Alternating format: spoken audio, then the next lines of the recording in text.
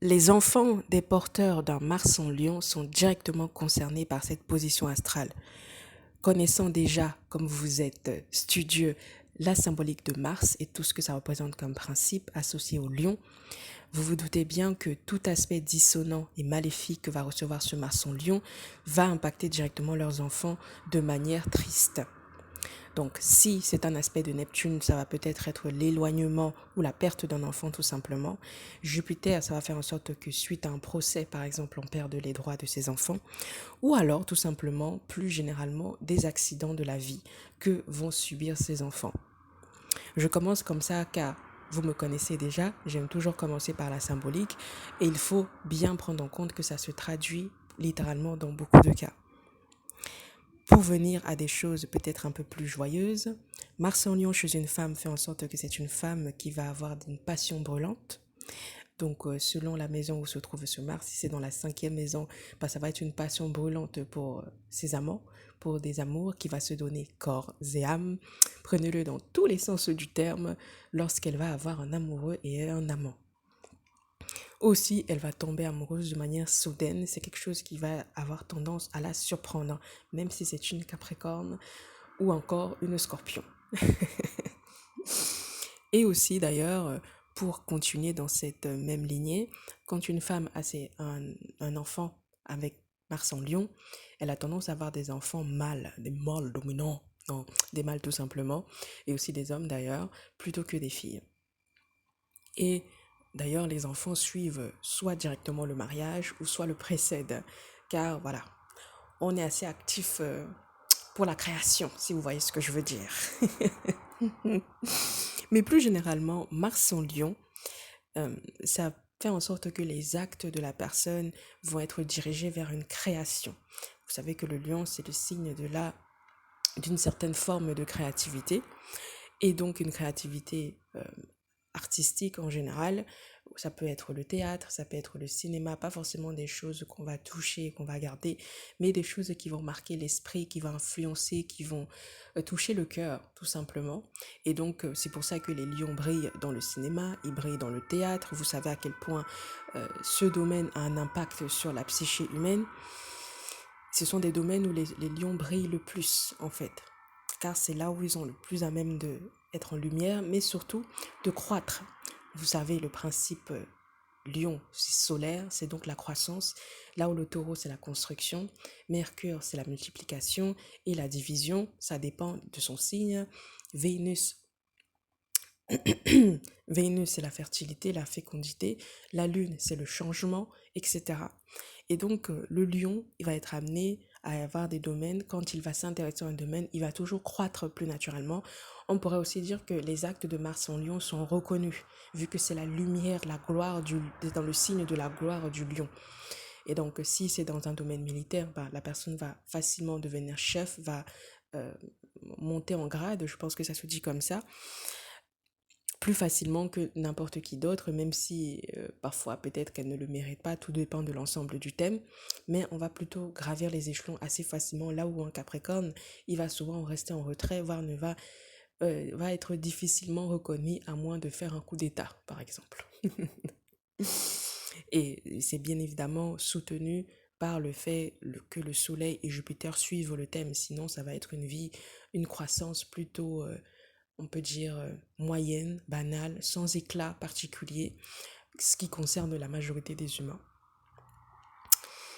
Aussi, la création de Mars en Lion peut concerner le grand frère, car vous savez, c'est ce avec quoi Mars est en analogie, ou alors pour une femme, son amant ou son mari directement.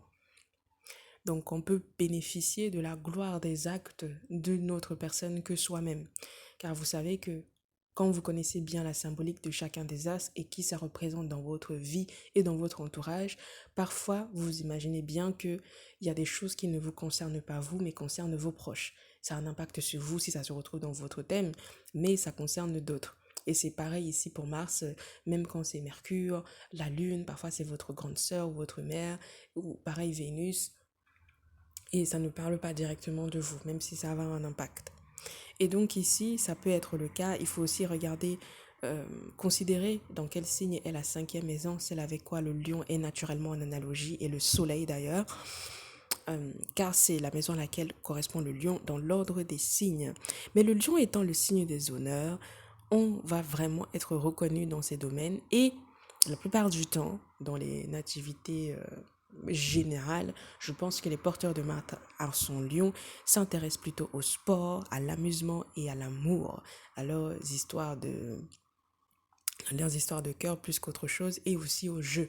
Ils aiment jouer au pari, ils aiment miser, ils aiment tenter la chance, parfois provoquer la chance aussi, car avec un ascendant lion, le bélier est dans la neuvième maison et donc on a une certaine provocation par rapport à cela dans le jeu. On est compétitif, on est combattant, on est résistant, on a de l'énergie qu'on partage et on déborde d'énergie et donc naturellement on va en gaspiller forcément comme les béliers, mais le lion souvent c'est plutôt dans l'esprit de prouver quelque chose à quelqu'un et de démontrer sa grandeur, surtout quand il en a pas, parce que vous savez que les vrais lions, ils n'ont pas besoin de démontrer, ça se voit. Mais bon, parfois ça dépend. Si c'est un noir, peut-être qu'il a besoin de démontrer un peu parce que c'est pas forcément des gens à qui on accorde de la grandeur facilement. Bon, mais je veux dire que le bélier, quand il gaspille son énergie, c'est parce qu'il en a trop et qu'il ne sait pas quoi faire. Il a juste besoin d'exploser. C'est un peu comme un homme de Cro-Magnon, ça paraît cliché, mais c'est vraiment l'homme par excellence, le bélier. C'est-à-dire qu'il ne faut pas s'attendre à ce qu'il reste dans un coin assis à attendre. Le bélier, ce n'est pas sa nature. Il ne faut jamais attendre ça d'un bélier, peu importe qu'il ait le soleil dans la 12e maison ou dans la 7e ou je ne sais pas quoi. Un bélier restera un bélier.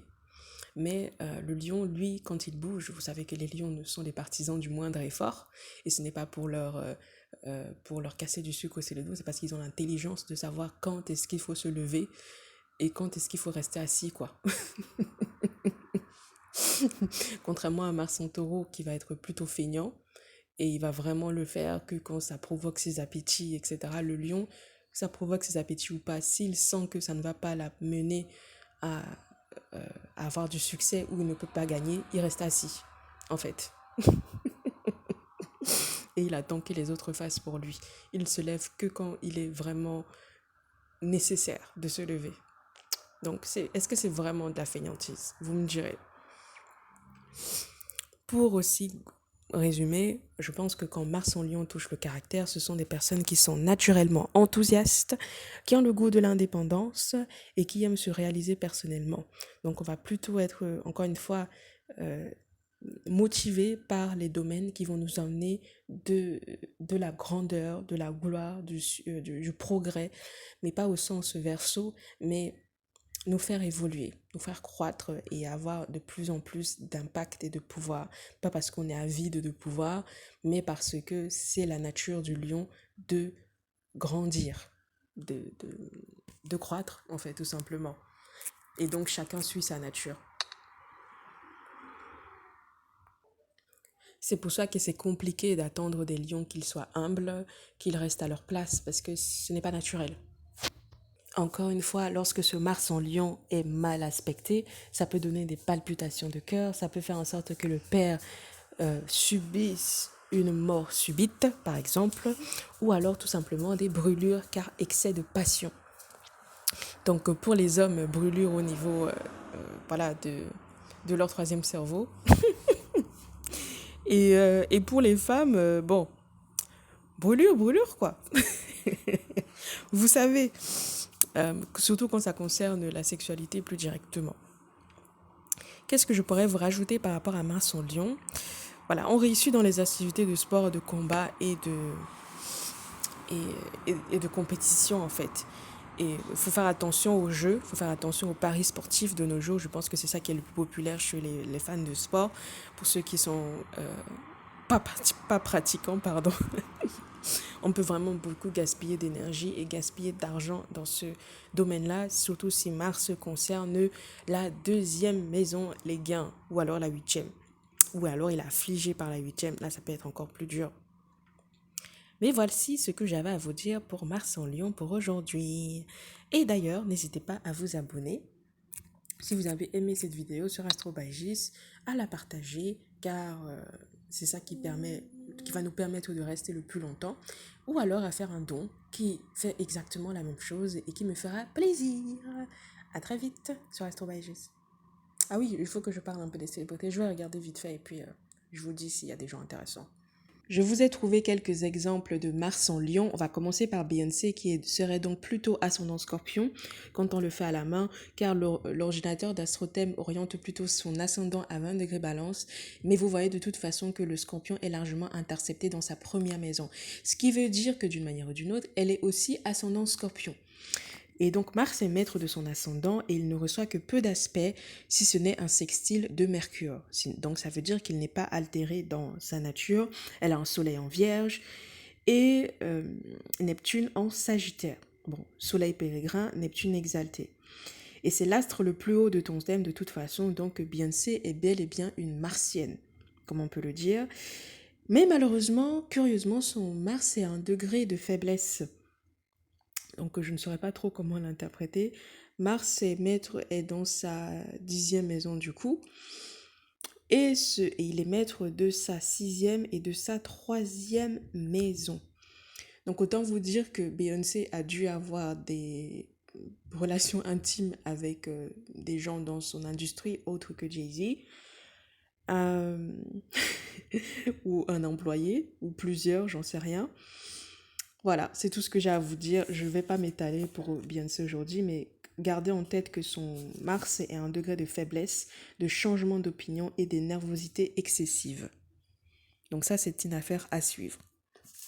Ensuite, vous avez Monica Bellucci, qui a donc Mars en Lion avec un soleil en Balance, donc un soleil en Chute, et Neptune en Scorpion, qui est l'astre le plus haut de son thème. Mars est dans sa 7e maison, il est conjoint à sa Lune par position et par Vénus à cause du fait qu'elles soient dans le même signe.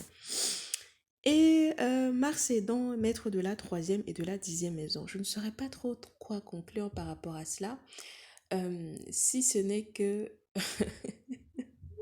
Comment vous dire?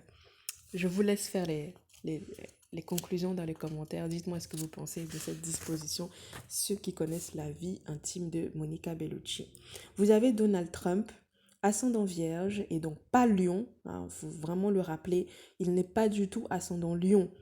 Il a Mars à 27 degrés Lion dans la 12e maison qui est donc conjoint à Pluton en Lion, ce qui fait que ses actions prennent autant d'ampleur, qu'il soit autant médiatisé, autant plébiscité, autant détesté, qui suscite des émotions assez fortes. C'est cette position-là de Mars en Lion en conjonction avec Pluton. Ensuite, Mars est maître de la 8e maison en Bélier, de la 3e maison en Scorpion et de la 5e en Capricorne. Donc, Donald Trump, contrairement à ce que vous pourriez penser, n'a pas eu autant d'amour dans sa vie que ça, en fait. Il en a eu que très peu. Ce n'est pas forcément l'aspect de sa vie qui est le plus... comment dire ça? Qui est le plus important. C'est... bon. On en reparlera peut-être si on jugeait le thème de sa femme actuelle. Mars est sextile à son soleil en Gémeaux, donc ça c'est un bon aspect, et aussi trigone à sa lune en Sagittaire. Donc tant vous dire que les actes de Donald Trump, on a dit qu'il était d'abord démocrate, ensuite c'est parce qu'il a été rejeté par les démocrates qu'il est devenu républicain. Pourquoi pas? Parce qu'il a un soleil dans un signe double, il a une lune dans un signe double. Et je vous ai dit qu'il faut que le soleil et la lune soutiennent les actions pour qu'elles connaissent le succès. Et donc, son Mars fait un bon aspect aux deux. Il a un carré, par contre, au milieu du ciel. J'ai comme l'impression que Donald Trump va mourir par poignard. Il va mourir poignardé plutôt que quelqu'un va lui tirer dessus ou tout ce qu'il a vécu comme tentative d'assassinat. Mais bon, l'avenir nous dira, il faudrait que je creuse le sujet, mais voilà, je pense qu'il va être poignardé, sincèrement. Bon, ensuite, vous avez Brigitte Bardot qui a Mars en Lion avec un soleil en Balance, donc un soleil en Chute, et Neptune en Vierge, Neptune en exil. Elle a ascendant Sagittaire, elle a Mars qui est maître de sa 4e maison en Bélier et de sa 11e maison en Scorpion. Mars est dans la 8e maison, il est conjoint à la lune noire, donc autant vous dire que Tata Brigitte a bien consommé de la chair masculine, si vous voyez ce que je veux dire. Ensuite, vous avez Michael Jordan qui a Mars en Lion avec un soleil en Verseau en exil. J'ai pas regardé pour Neptune. Il a Mars dans la deuxième maison, maître du milieu du ciel en Cancer et en Lion. Et de la cinquième maison, il est ascendant Cancer. Donc Mars ici fait un beau trigone à la Lune, maître de l'ascendant. Par contre, un carré à Neptune en cinquième maison. Donc ça justifie le divorce qu'il a eu, qui lui a coûté beaucoup d'argent. Il a une opposition à Mercure, il a une opposition à Saturne. Mais vous voyez que c'est un grand sportif. Et il a Mars qui est maître de la 10e maison dans la deuxième maison. Donc autant vous dire que cet homme était fait pour gagner de l'argent. Il était fait pour devenir aussi riche qu'il l'est devenu. Et il faudrait peut-être que je regarde pour son deuxième mariage qu'est-ce qui va lui arriver, car comme ça je serai en avance par rapport aux prédictions. Mais voilà, c'est quelqu'un qui est amené à vivre des épreuves assez brutales dans sa vie amoureuse, qui sont d'ailleurs à l'origine de ses actes.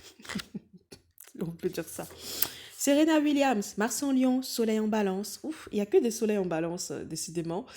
Neptune en Sagittaire. Donc, elle a Mars qui est carré à Vénus en Scorpion. Donc, autant vous dire que Serena Williams, elle a dû vivre beaucoup de trahisons, beaucoup de tromperies amoureuses. Ça, c'est sûr.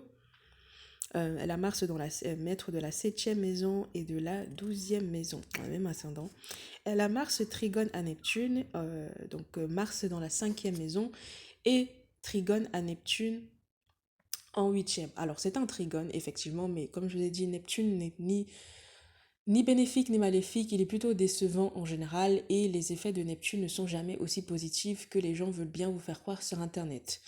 Parce que Neptune, ce sont les pertes, ce sont les désillusions, les trahisons, les douleurs, les épreuves de la vie. Et donc, je crois, je mettrai ma main à couper que Serena Williams a eu plusieurs fausses couches avant d'avoir son enfant, ou elle en a deux, je crois. Mais elle en a eu plusieurs. Je pense qu'elle a d'ailleurs été diagnostiquée stérile avant que les médecins se rétractent ou qu'elle fasse quelque chose par rapport à cela. Vous me direz si vous avez suivi, parce que moi je ne suis pas sa vie intime autant que ça. Mais je suis sûre qu'elle a eu plein de fausses couches. Parce que le trigone de Mars à Neptune, on a la naissance et la perte. Bon. Elle a Mars aussi qui est en sextile à Jupiter, en bélier, je crois. Donc ça voulait dire, c'est pas parce que je dis qu'elle a eu des fausses couches qu'elle n'était pas faite pour avoir des enfants. Il y a des femmes qui le sont, je pense qu'on en parlera. Je dois faire un épisode dessus avant 2025, mais ça disait simplement qu'elle allait avoir les enfants sur le tard. Donc elle a eu à plus de 35 ans. Et je pense que si on est honnête, malgré toute la propagande qu'on nous fait, 35 ans c'est tard pour avoir des enfants. Bon, je dis ça, ça veut pas dire que Enfin bref, j'ai dit ce que j'avais à dire. Et donc, en plus, ce Mars reçoit un sextile aussi de Saturne en Balance, qui est bon, plus fort naturellement que Mars en Lion qui est pérégrin. Donc, elle pouvait avoir des enfants, mais très tard, et elle les a eu difficilement.